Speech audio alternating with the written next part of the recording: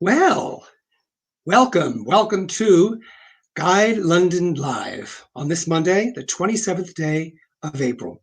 Hi, I'm Steve Fallon. I am one of 600 blue badge tourist guides here in London. Ordinarily, we would be showing you the city up and down into the very heart and soul. Right now, as you know, we're in lockdown, as you are, and this cannot be done. So instead of you coming to us, we will come to you. To that end, every week on Mondays, Wednesdays, and Fridays, we are scheduling 30 minutes of Everything London at 4 p.m. British Summer Time. That's 1600 hours. Eastern Daylight Time, that's 11 a.m. Monday is Culture Day. That could be anything from modern art to the National Portrait Gallery to food.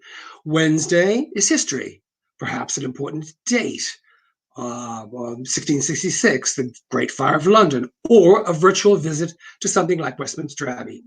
Friday, on the other hand, is Fun Friday, composed of quizzes and competitions.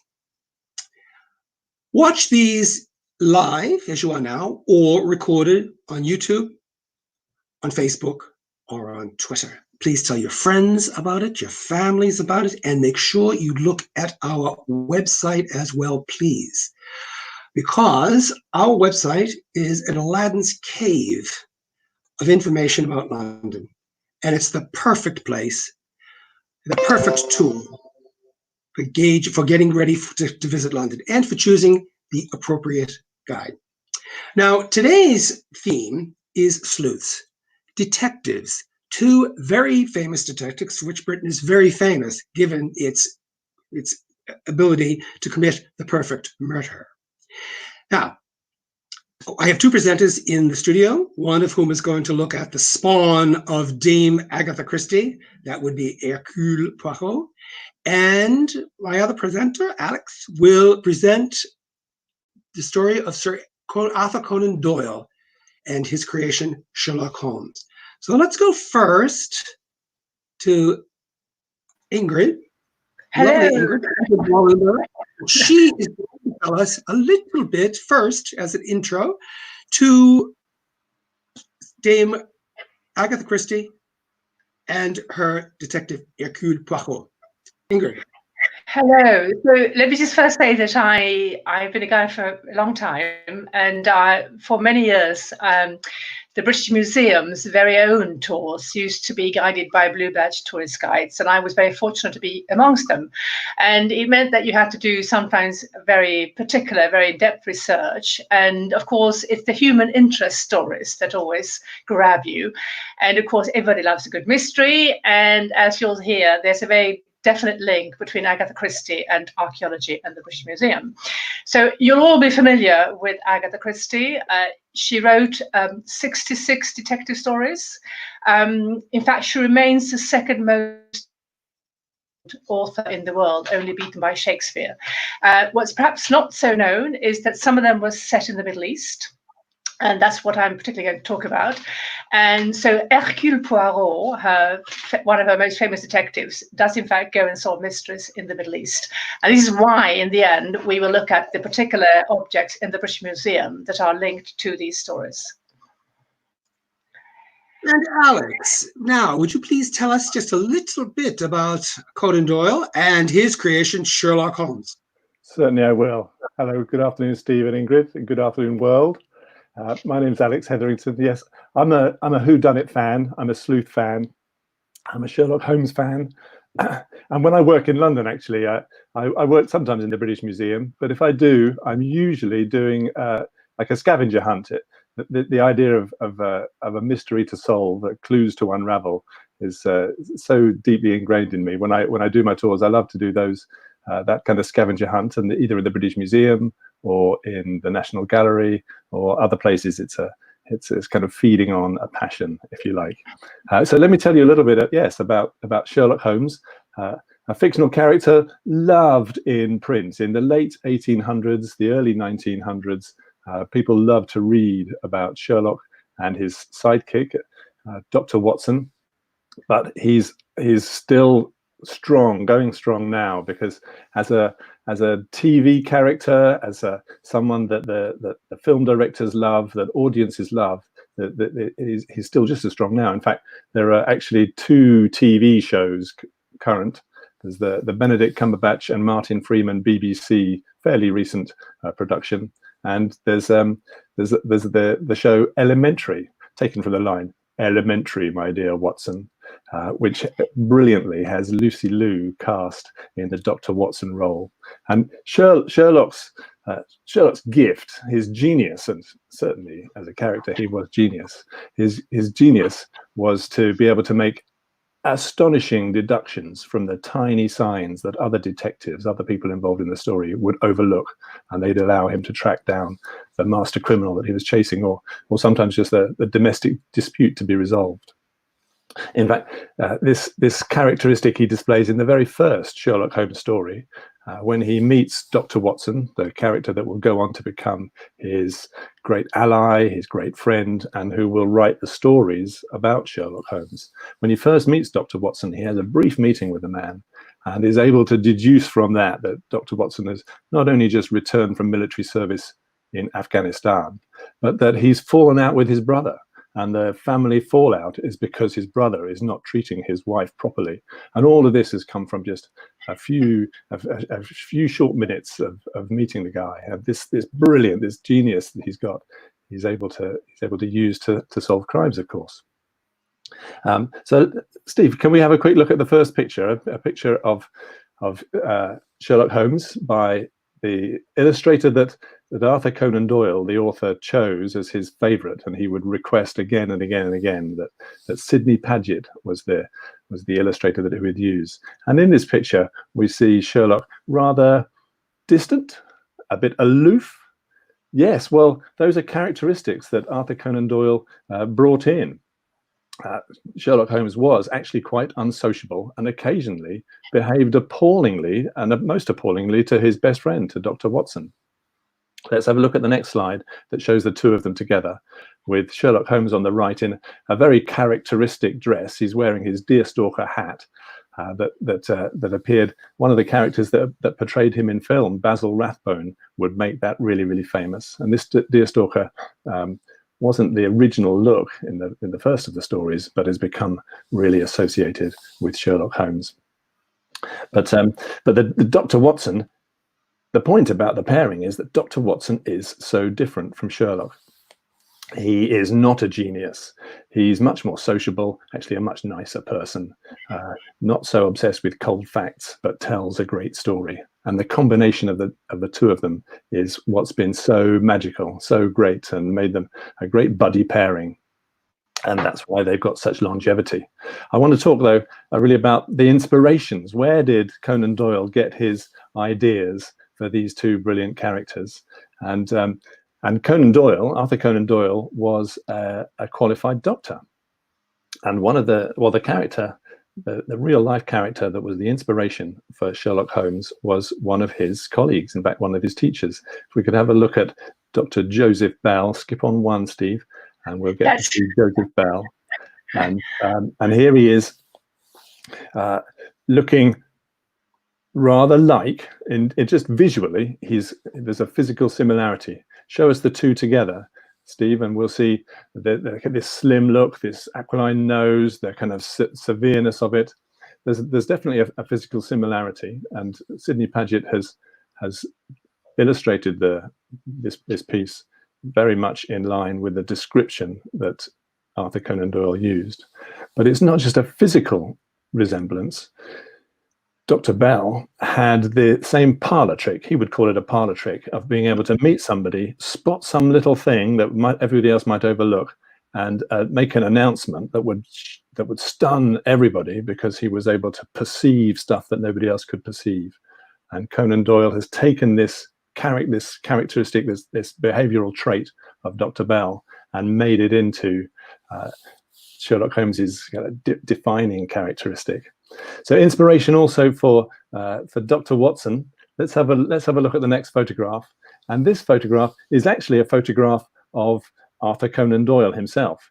And my thesis here, my idea here, is that the real inspiration for Dr. Watson was Conan Doyle himself. There's so much that's similar between their actual life stories.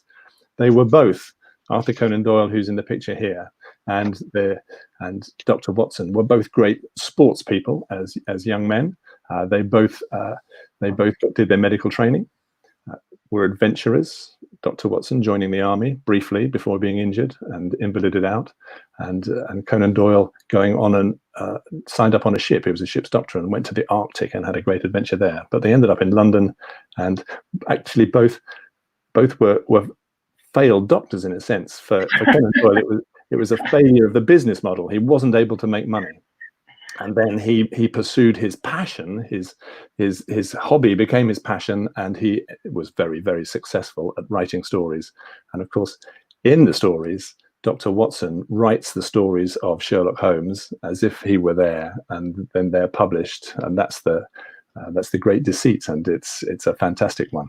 So just in terms of inspiration, I'm sure it's Conan Doyle for Dr. Watson. But show us my last picture for the now. Here's an actor, Nigel Bruce, who played Dr. Watson. Actually, he's probably my least favourite on screen, Dr. Watson, because he plays him as a fool. He plays him as a bumbling fool, and Dr. Watson absolutely was not that. He had intelligence, he had character, but the visual similarity is extraordinary. I can't help thinking that they must have cast Nigel Bruce because he looked a bit like Conan Doyle, even though Conan Doyle didn't look physically the way he had described Dr. Watson as being. Anyway, so those are my characters and the inspiration for them, and I'm gonna give this back to Ingrid now. And I'm going to ask Steve to put up the next picture of Hercule Poirot. And just also to tell you that in case you thought he was fictional, this particular statue is in a Belgian village called Ellezel, and they claim to have his birth certificate. The statue's on the town hall, and inside are archives claiming that Hercule Poirot was born in 1850 on the 1st of April, and of course that might be a clue. Hercule Poirot, like Sherlock Holmes, uses mainly his little grey cells to very cleverly deduce from clues. And it's interesting, in one of the stories set in the Middle East, the one you'll know the most is Death on the Nile. Hercule Poirot actually himself says that I once went to a dig and that he learned a lot from this archaeological dig, because in the same way as the detective has to work out clues, look at the clues and then deduce something from that, an archaeologist has to get rid of all the extraneous matter that might blur your view. So the stories that you'll know is Death on the Nile. You may also know there's a story called Murder in Mesopotamia. And there's also a book called They Came to Baghdad, which is more like a spy thriller. And in fact, Agatha even wrote a play called Akhenaten, which is about an ancient Egyptian pharaoh. And they were praised not just because of their accurate Oriental setting, but also because her obvious knowledge of archaeology. So how did that happen? Well, there's a very simple answer. Agatha Christie, her second husband, was an archaeologist. And I'm going to ask Steve to bring up the next picture, which is a very early photograph. It's not very good, but this shows you where Agatha Christie would meet her second husband. This is from the early 20th century, and it's U-R. That will be in today's Iraq, not that far from Basra. And in the 1920s, early 1930s, this was Mesopotamia still. And what happened was that Agatha Christie, after her first marriage failed, she obviously felt that she needed a break, and she thought she'd go somewhere exciting. Initially, she was going to go to the West Indies, but then she met somebody who'd been to Baghdad. And she thought that sounds much more interesting. And of course, it also meant that she could go on the Orient Express, which is something she'd wanted to do for a very long time. So she thought, I'd go to Baghdad. So going on the Orient Express didn't take her all the way. She got to Istanbul that way, and then she had to catch another train called the Taurus Express. And in the end, she'd have to go the last bit, Damascus to Baghdad by bus. So quite a journey. Anyway, having arrived in Baghdad, she was a bit disappointed because actually it was a bit like being in London. She thought, you know, Baghdad and the Mesopotamia being administered by the British. So she thought, I need to escape. So then she thought I'd go to because she had an invite, because the wife of the expedition, of the dig director, Sir Leonard Woolley, his wife, Lady Catherine Woolley, had in fact invited Agatha to come to the excavation. Anyway, she arrives at and as the picture shows you, she thought it was fascinating. She was invited back. So she came back 2 years later in 1930, and this time there was a young assistant called Max Mallowan, and the assistant was asked to show Agatha the sights, and this, of course, is her future husband. And there were so many adventures during these days of sightseeing, one including that their car broke down, and in fact, there was nowhere to sleep, so they had to sleep in adjoining police cells in a police station, etc. And all these adventures led to Max thinking that she was, you know, really quite a remarkable woman. And although he was 14 years younger, the same year, 1930, he proposed and they married in Edinburgh. And the rest is history, as they say. So what would happen was that Agatha would accompany Max when he was excavating, basically from the early 1930s all the way to 1958. She would spend a few months with him excavating. He was mainly working in northern Syria. And as you'll hear, murder in Mesopotamia takes place in this region. They also did go to Egypt. Shortly after having married, they went twice, 1931, 1933. And of course, when they were there, not irrelevantly, Howard Carter, the man who found the tomb of King Tutankhamun, was still emptying the tomb. So in fact, Agatha met Howard Carter, and this was thought to particularly inspired her to write what would become Death on the Nile. And now and the photograph that you're looking at is showing you Max and Agatha in 1946, apparently a rather satisfying marriage. And I'm going to hand back to Alex, who will talk about where in London you can go and look for Sherlock and his intelligent friend, Dr. Watson. Thank you, Ingrid. Yes, well, London's full of places to visit, and it's full of places to visit because Arthur Conan Doyle was there, and you can chase Arthur Conan Doyle. Because the stories were set there, and you can find places that are important in the stories. And of course, it's also been the place where there have been lots of films made, and most recently, we have the Jude Law and Robert Downey Jr. version of Sherlock Holmes. It's on its second episode, as it were. So lots and lots of London filming location. I think the one that entertains me the most is to go to the most famous address in fictional history, and that's 221B Baker Street. And it entertains me because when the stories were written, it was a made-up address. Baker Street existed, but it only ran up to the number 80. But there's such fame, there's such a desire for this character to be real that they've extended Baker Street and changed the name of the street that was there already, so they can have a 221B. It runs up to about 222, and then it's a new street again. So there is a real, and there's a little museum there, and a really fun shop with when the keepers in the shop they dress up in the appropriate clothes, so it's fun to visit. You could go to the Langham Hotel. The Langham Hotel is very important for Arthur Conan Doyle. He got his second Sherlock commission there. He was for a magazine, and it was produced in parts, but he had the meeting and got the commission at the Langham Hotel. And then he used the Langham Hotel in several of the stories. Dr. Watson would meet his future bride at the Langham Hotel. And the King of Bohemia stayed there, so really good people stay at the Langham. But one of the best places to go is to Smithfield Market. Smithfield Market, a meat market on the edge of the city of London, quite close by St Paul's Cathedral. Very interesting place to visit in London anyway.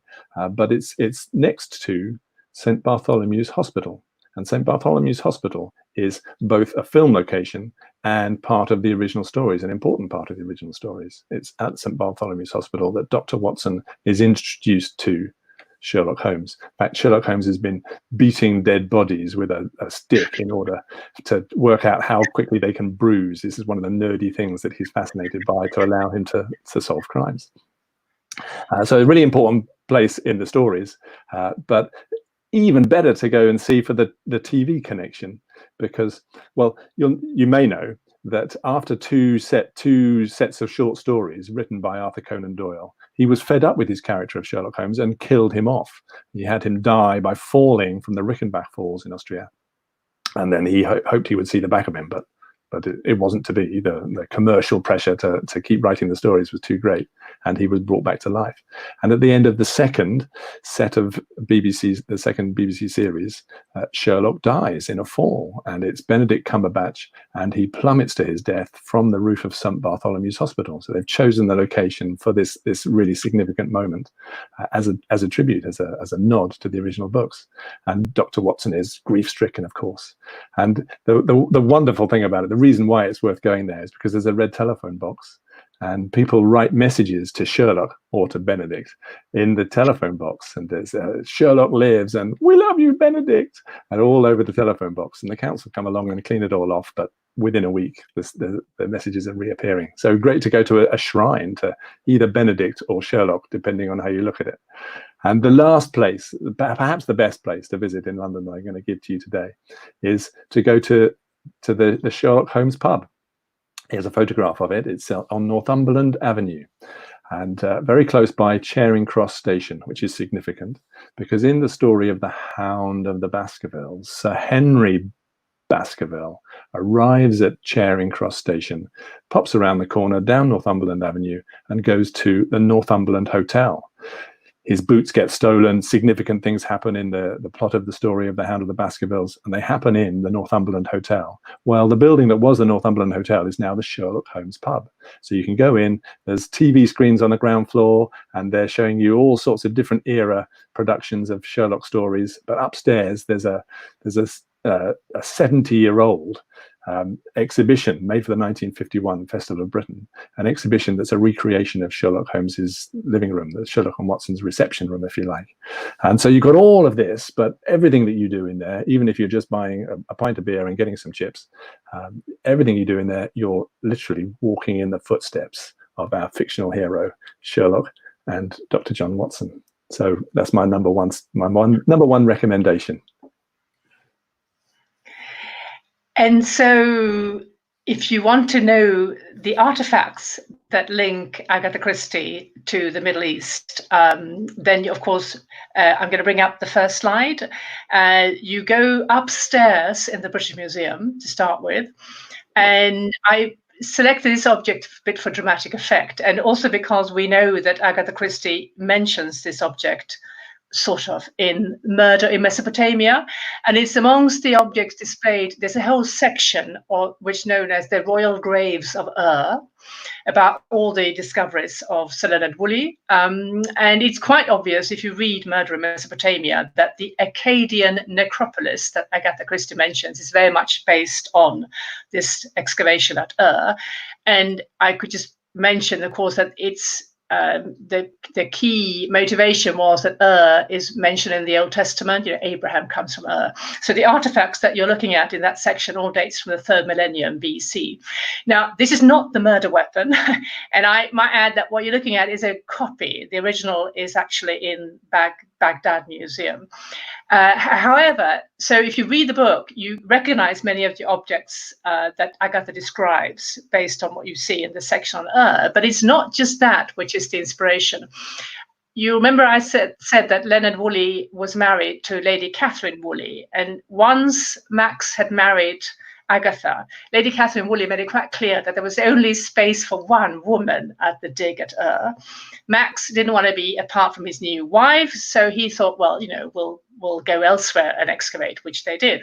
However, Agatha Christie got her own back, because who is the victim in Murder in Bartholomew, well, of course, is the wife of the main archaeologist. And there's no doubt that the main archaeologist in the book, Dr. Eric Leidner, is very much based on Leonard Woolley.